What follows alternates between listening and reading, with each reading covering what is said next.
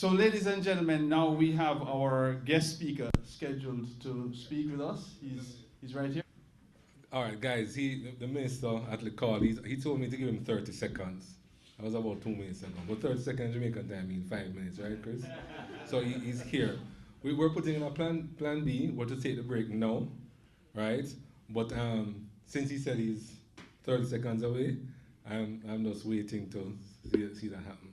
But let's give him, as minister, let's give him the 5 minutes, right? And I'll call him again and find out where he is, because we do have the option, because the break is ready. But we're going to give him the 5 minutes, please. Just hold on a little bit. Thank you. Yes, see? A man of his word. Wonderful.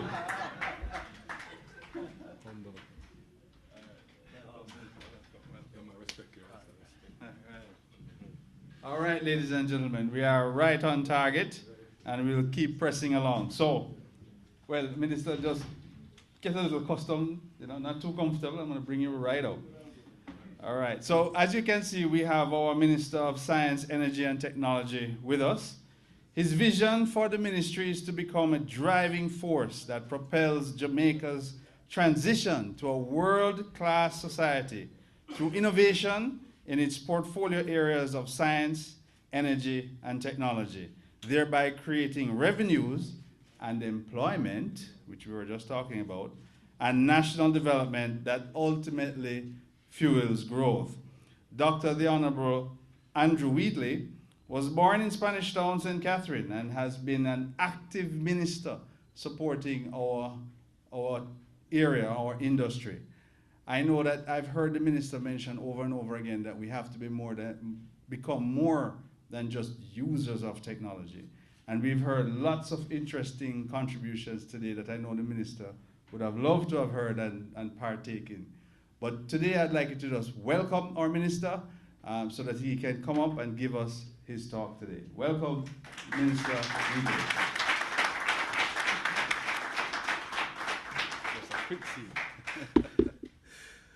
What can I say? I've not even got the opportunity to really catch my breath.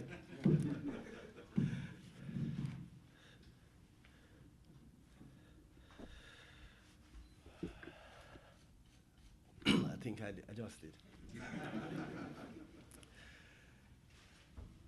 It is always good to come back home, because the University of the West Indies was a significant part of my life in another life. But today is a very important day, because this initiative here is one that I believe will have a far-reaching effect. But before going into the presentation, let me just do a little bit of the salutations, because I was not here earlier. I'm assuming that all the invited guests are here. So let me start by recognizing my good friend, the Master of Ceremonies, Mr. Williamson. You go a far way back. Mr. Steve Bozo, Executive Partner from Gartner Group.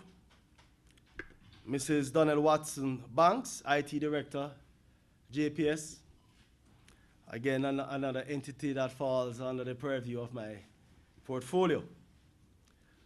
Ms. Natasha Sampson, CIO,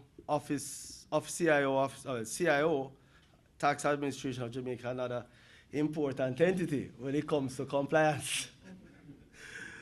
Mr. Jeff Waddington, co-founder, Real Decoy. Mr. Malaka Williams, CEO of Ingenuity Technologies. Mr. Mario Sparks, CEO of MS Tech Solutions.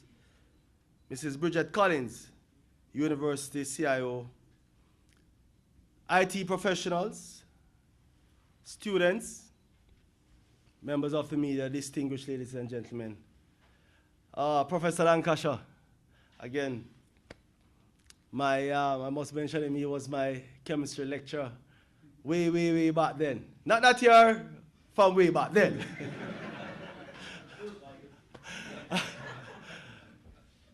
But you don't have to always acknowledge those who have contributed to my development. I'm always a student of life. Now, in my rush to get to my seat, you realize I looked up and I did a little bit of a quick survey of the room. And when I scanned the company, I said to myself, I need to give some serious thought to my presentation. Because if ever there was a gathering of the sharpest IT minds in the country, this is it. So now I have to contemplate how I'm going to devise this keynote presentation that, in a way, will stimulate the minds of those present here. But the politician in me, so I put aside my academic cap, that of being a scientist. But the politician in me said that this is the perfect opportunity to talk about a subject, ladies and gentlemen, that is near and dear to every single politician, anywhere you go. And don't mind me using this phrase, but that subject is jobs, jobs, jobs. So as a politician, it cannot be too difficult for me to speak on this theme, or the theme of this symposium. And let me just say this, that anytime you want to pique or get the attention of a politician or any elected representative, you have to just talk about two things: votes and jobs. Everything boils down to that in the life of a politician. So you secure the votes to be able to create employment opportunities for your citizens, for your constituents. And it's a cycle. If you are able to create gainful employment opportunities, then you get more votes, and the cycle continues. The fact of the matter is that this administration is very much passionate about creating jobs. Now, as it relates to the future of IT jobs, the prospects are really looking up, especially here in Jamaica. Now, this area, traditionally, as presented in the past, really is a very unique area. Because when one thinks about the IT practitioner, whether you are a systems manager, database administrator, programmer, web developer, or cybersecurity analyst, it quickly comes to mind, and I'm sure every one of you here in this room will agree with me, that your life is that of the unsung hero. The only way for you to know if you're doing a good job is if no one knows you are there, so much so that you are relegated to the group of unforgotten, or the forgotten few, I should say. So in any organization, the IT specialist is usually around the back. The only time that you become relevant is when the computer breaks down, or someone within the organization cannot get online.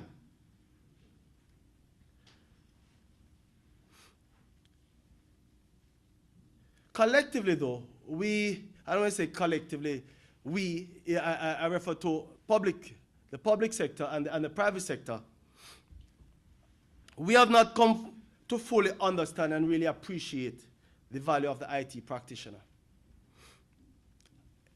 In some instances, you are just referred to as the IT guys or the computer geek.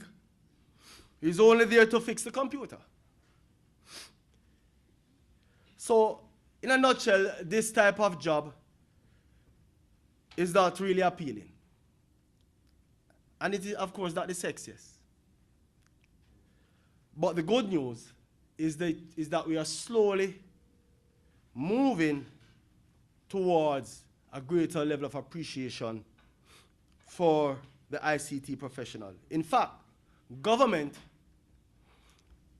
realizes now, and I'm sure that some of my colleagues earlier didn't recognize this, but now I believe that government really appreciate the fact that ICT is a critical pillar for economic growth and development, especially if we really want to achieve the 5 in 4.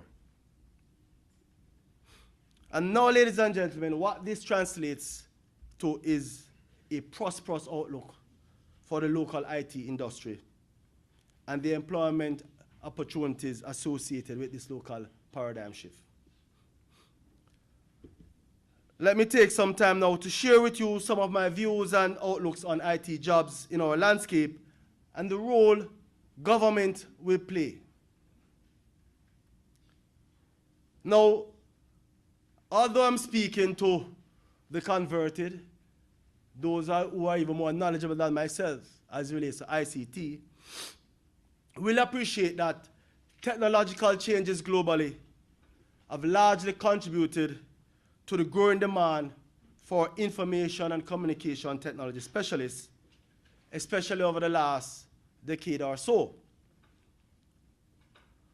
Although local data in this regard is limited, research in regions like the European Union suggests that employment for IT specialists have remained on an upward path in spite of the effects of the global economic recession and the uncertainty of labor markets around the world. In fact, ladies and gentlemen, the research concluded that the growth of employment for ICT specialists averaged somewhere between 3.5% between 2006 and 2015. And that is more than 8 times higher than the average growth rate for total employment over the same period. Now, while at the global level, IT hiring demand is above average, according to the United States Bureau of Labor Statistics, jobs like data entry keyers, word processors, and computer operators are among the top 20 jobs that are becoming obsolete. Now, this is where things get interesting for a country like ours. Because the fact that these jobs are becoming obsolete in developed countries, it presents a major employment opportunity in developing countries like ours here in Jamaica. You may ask the question, how? Well, I'm sure you're not going to ask a question because you know how we are going to be able to capitalize on this opportunity. Right here in Jamaica, we still have many paper-based processes, and many organizations are just now seriously looking at embarking on the journey towards a truly digital, paperless office. So, what I believe now it is coming to the fore to your minds where I'm going with this line of argument.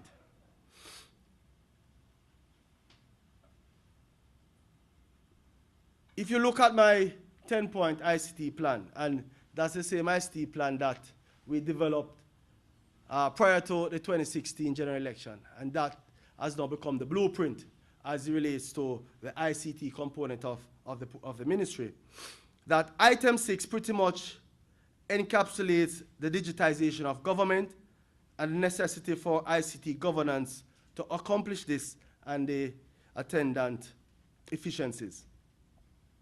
There are many government agencies that, while they make the transition to a fully digital, paperless operation for the purposes of ensuring that we have better efficiency and provide better service to our citizens, there is always going to be a need for archival or backfile conversion activities that in most cases will require some form of manual data entry.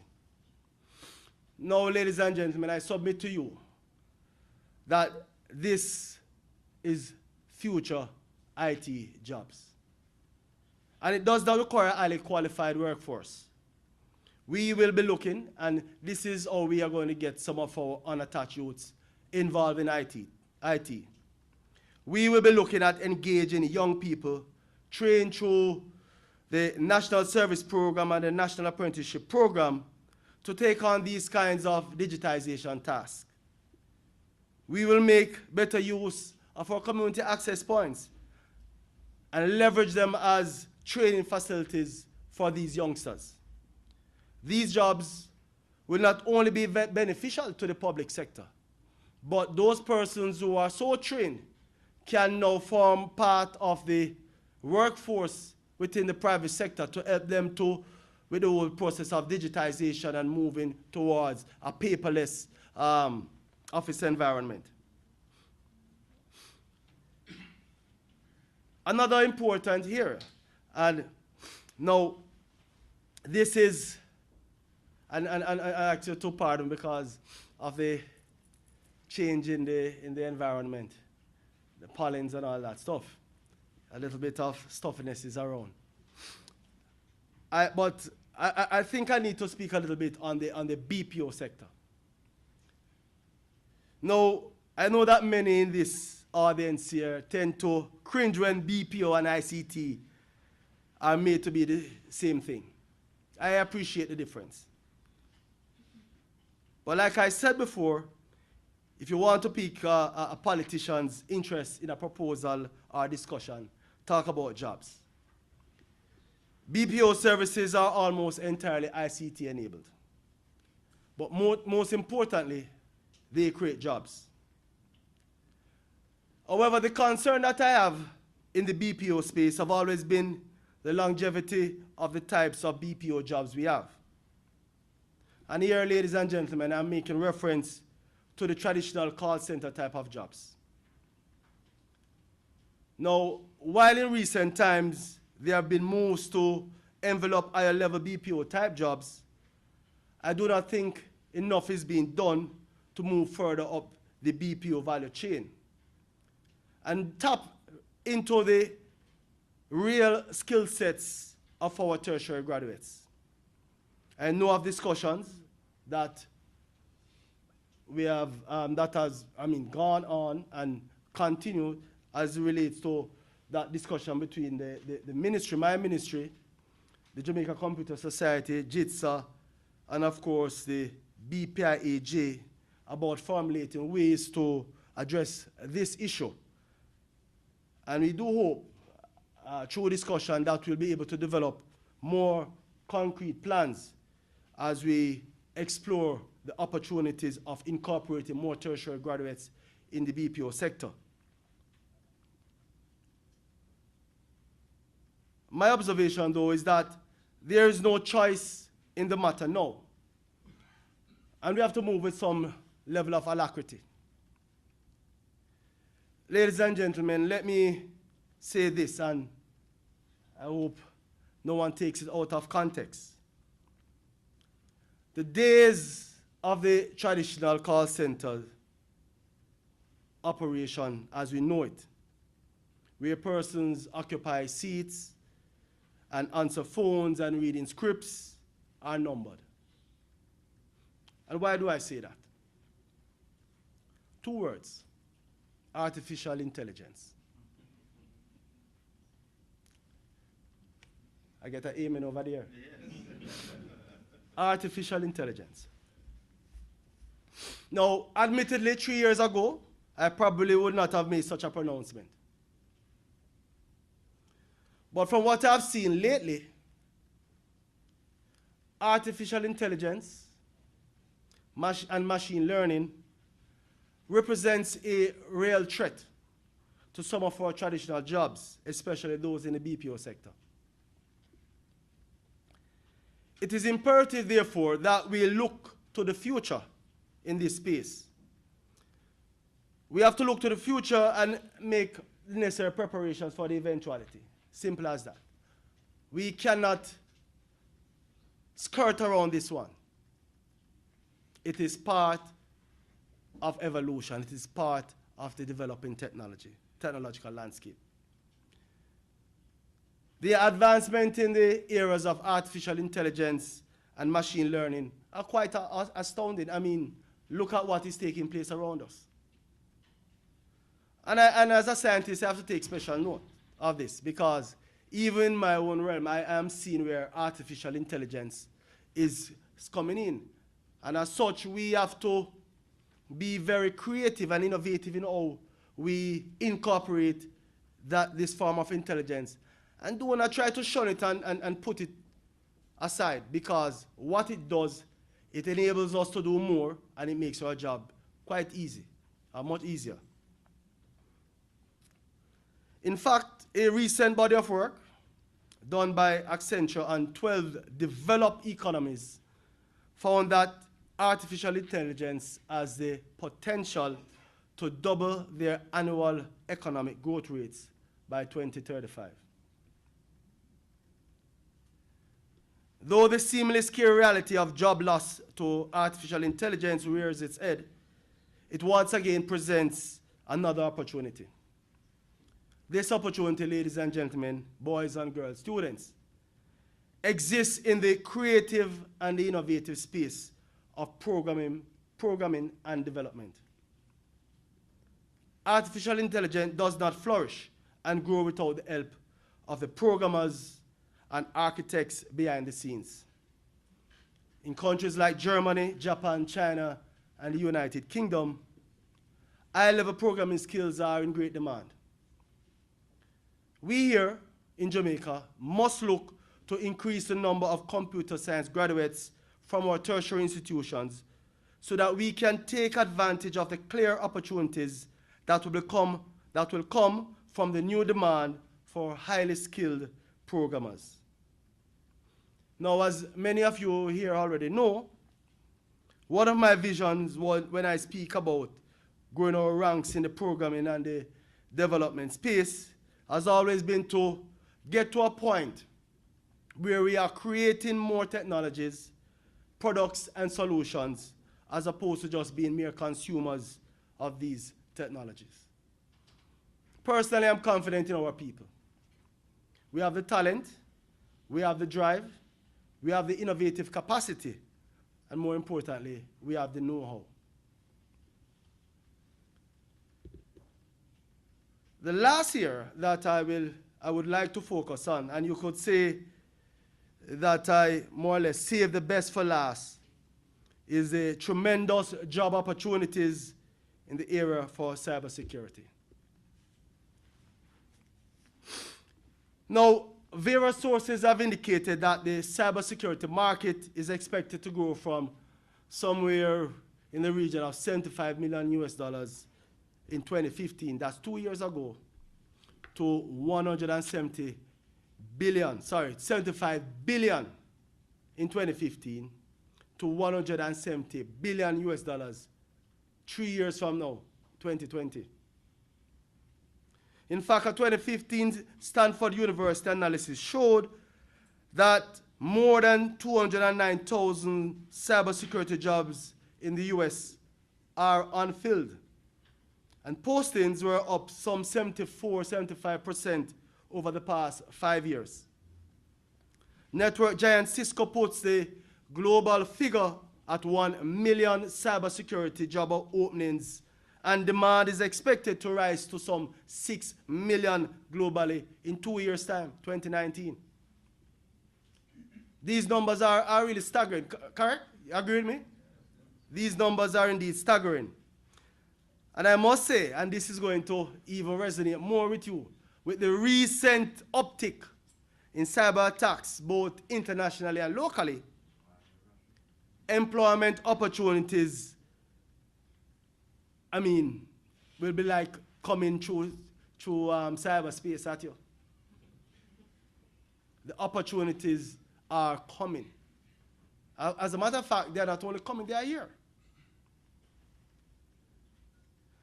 And this is even more significant because now companies, private sector companies, are realizing the importance of incorporating cybersecurity in their operations as they use more and more of the technologies. they realize that you have to now invest in cybersecurity. And it is just part of doing business. It is just the way of life. But we have to ensure that we produce graduates who can take up these opportunities that are presenting themselves. And so we must ensure that cybersecurity is infused in the curriculum, not only at the tertiary level,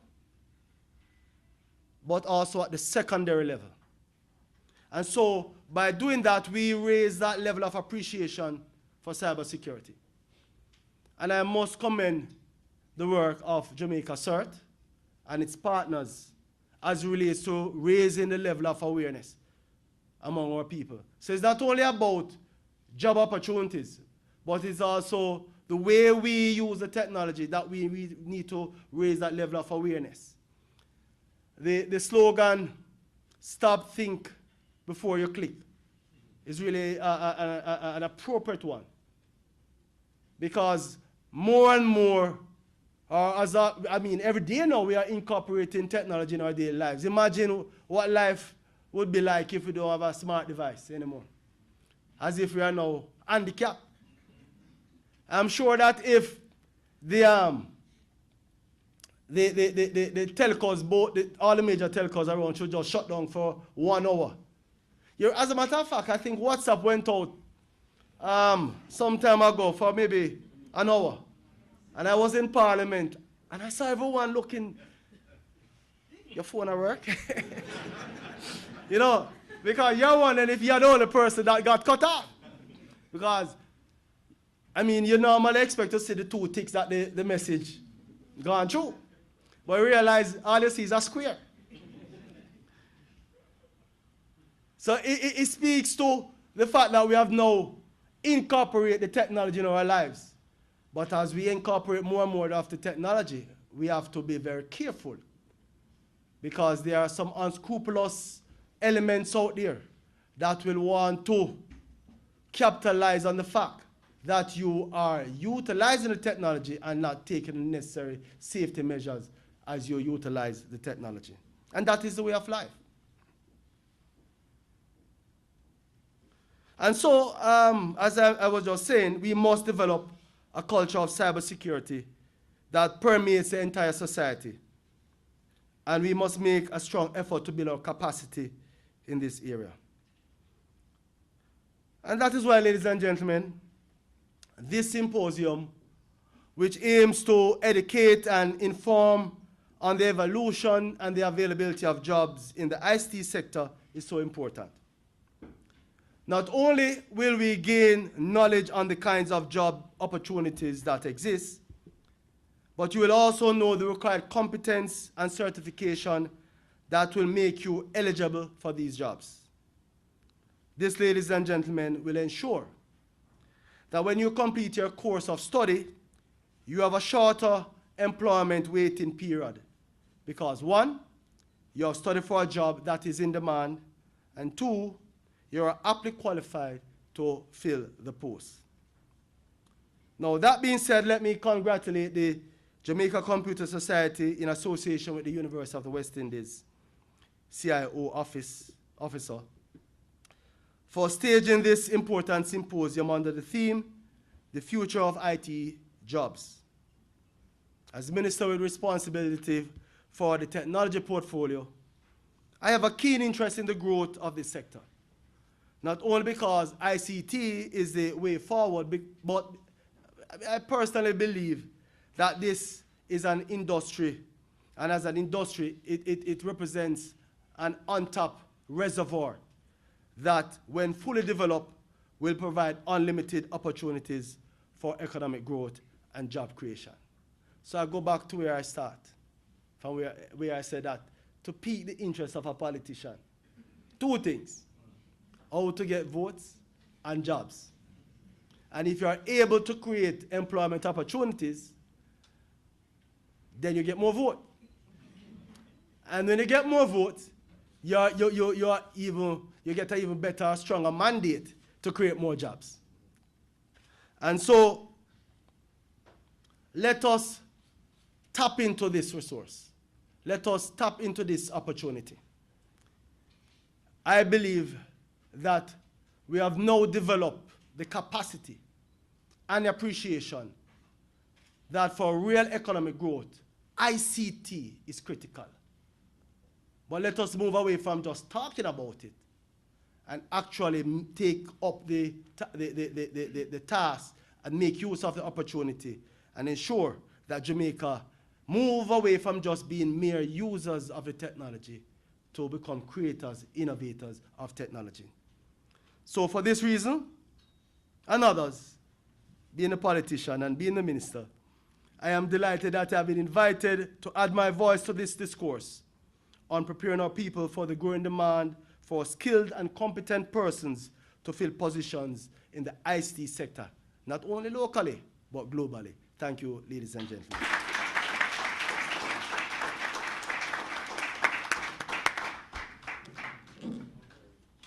Ladies and gentlemen, the Minister.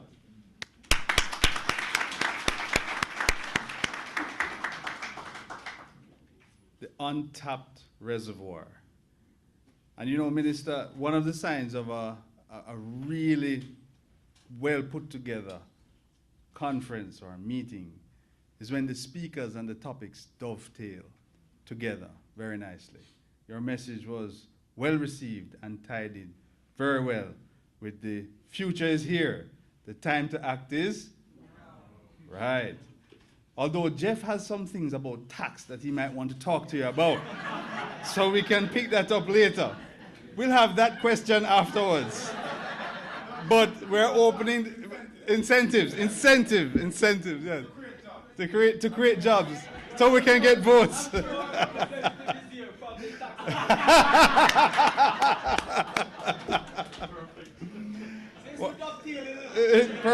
Perfect dovetailing, perfect. And Minister, we really want to extend our appreciation. We can see that you are, dealing with the stifles, but you made the effort, and we, at the JCS, we can always count on your support. So we appreciate that.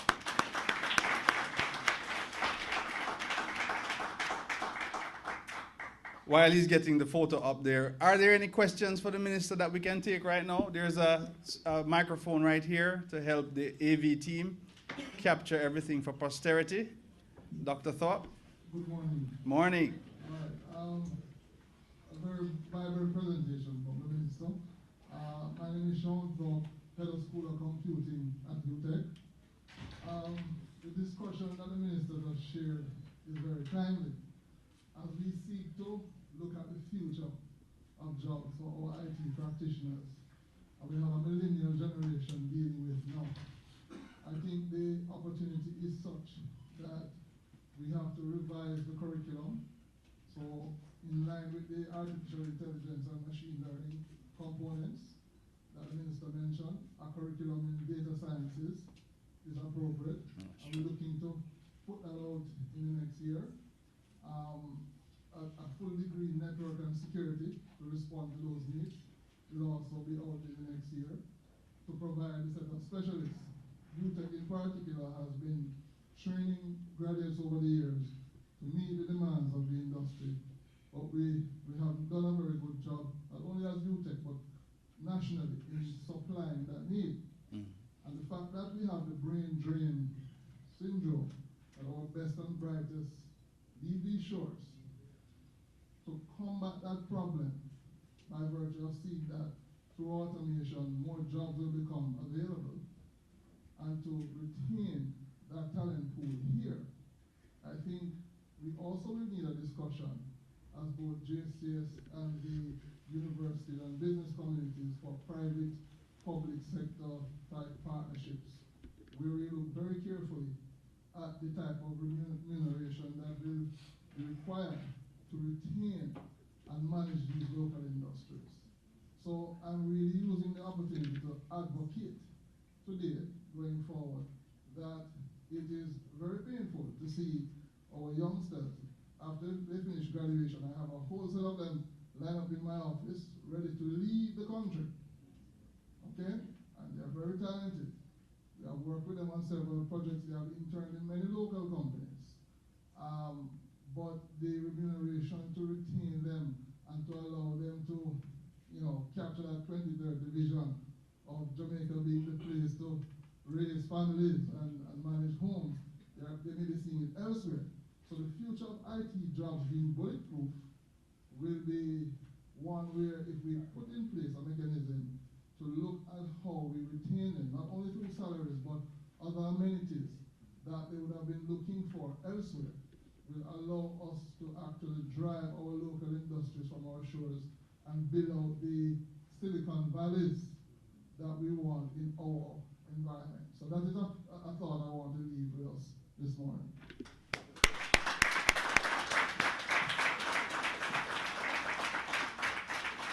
Let me just add my voice of support. And I believe that the private sector now appreciate that. What I am glad to hear is that UTEC, being one of the premier tertiary institutions, recognize the importance of training and filling that space out there. And as more students graduate and leave our shores, that doesn't mean we should stop. What we need to do is to produce even more students. We have to produce even more, encourage more of our students to get involved in ICT, right? And I'm sure that government, especially as relates to providing assistance, student loans, that it is, I'm not sure, I'm not the Minister of Education, and I don't have the statistics to support it. But I believe that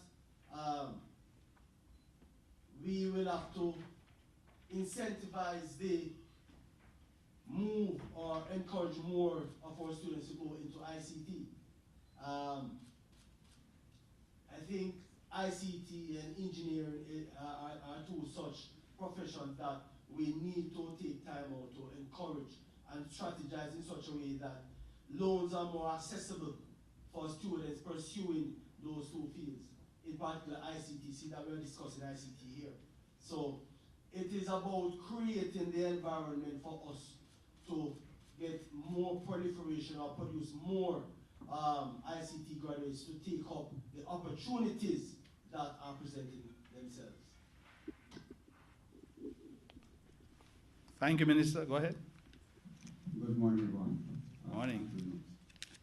Just to add to Dr. Salt's point, I just wanted to make a comment or suggestion. Some years ago, the government implemented the HEART program, where there were incentives for companies that employ graduates of HEART from the HEART program. Couldn't it be something worthwhile looking at for students coming out of university, especially in the information technology field, for some sort of incentive program for entities that are seeking to employ these? And that was mentioned, in an earlier presentation. It could be something that is worthwhile for organizations, and especially through software developing companies.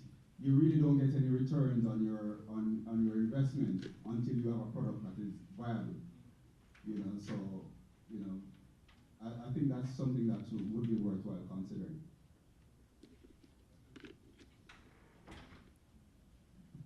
Good morning, everyone. Good morning, Minister. My name is Lisa Burnett. I work with Infomex, Jamaica. I've been in the IC industry for 20 years, not only working in Jamaica, but also working in Africa. And in my career time, I've met a lot of brilliant minds that are also not necessarily in the formal institutions.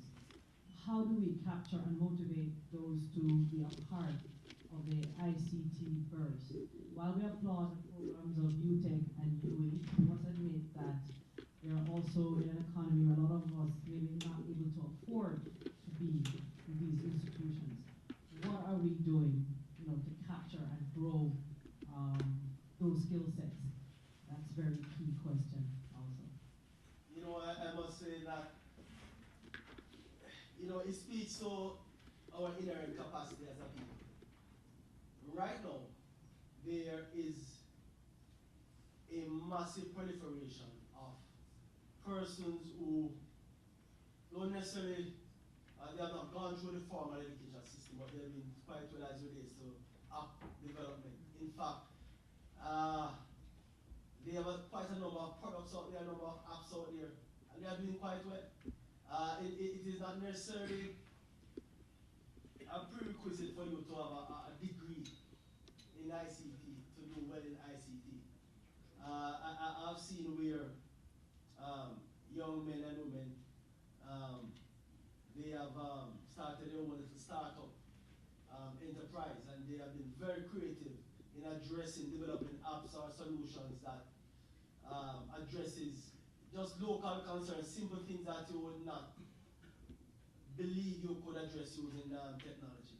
And so they are playing their part as well, and they're doing quite well. The ministry through Startup Jamaica and other initiatives provides some level of support, and we are looking towards our technology fund to assist persons who are of that mindset, or who are creative, provide that push, and where possible, twin them or partner them with private sector to give some level of support. So we are cognizant of persons operating in that space. It's not about persons who have gone through the formal education system or to the level of a degree from a tertiary institution. But it is an all-in approach that we need to take. So we have to incorporate those coming from the informal system, and also create a space for them at the table, as well as provide opportunities for those coming through the formal channels.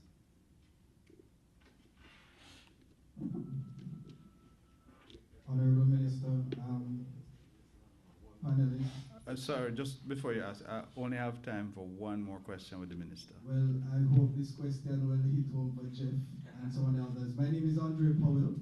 I'm a student at Vector Technology Institute.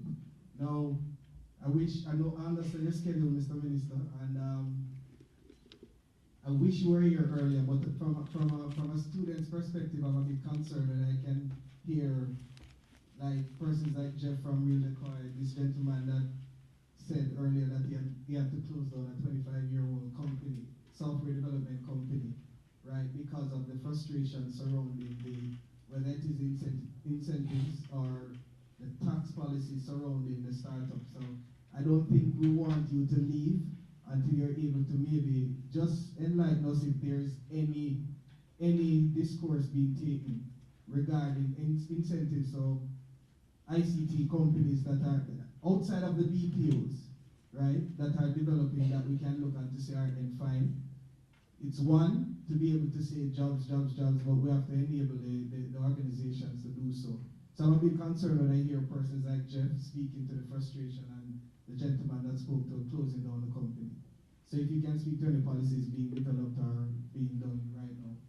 Well, I don't want to preempt the Minister of Finance as relates to incentives, right?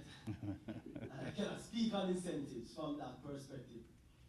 But there are a number of ongoing discussions as relates to create an environment, not want to use the word incentives, but create an environment that will be conducive to investment and growth in this space. It is something that we are, from the ministry, we are very passionate about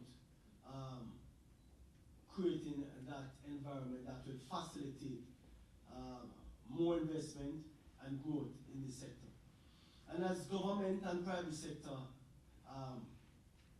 develop, well, government has already developed that appreciation, but private sector too, and I mean the banks as well, specifically, to invest and create opportunities for persons to get adequate funding at reasonable rates to invest or to start up their business. We at the ministry will continue to have discussions with our partners, other stakeholders. But we recognize some of the difficulties you face. I'm sorry to hear that a software company had to close down after 25 years because of the environment. I don't know how long that company closed, but I do hope that you will find the courage and that the environment be such that it will encourage you to start back up that company, because we recognize the importance of the local ICT industry. And it is not all about BPO. I am very much cognizant of the fact that BPO is not ICT as it is. It uses the technology, but ICT far more than BPO. And my personal opinion is that the traditional call center operation is not something that I want us to get locked into. We are far better than just answering phones and reading from a script. Right? As Jamaicans, we have that inherent capacity to think outside the box. And so,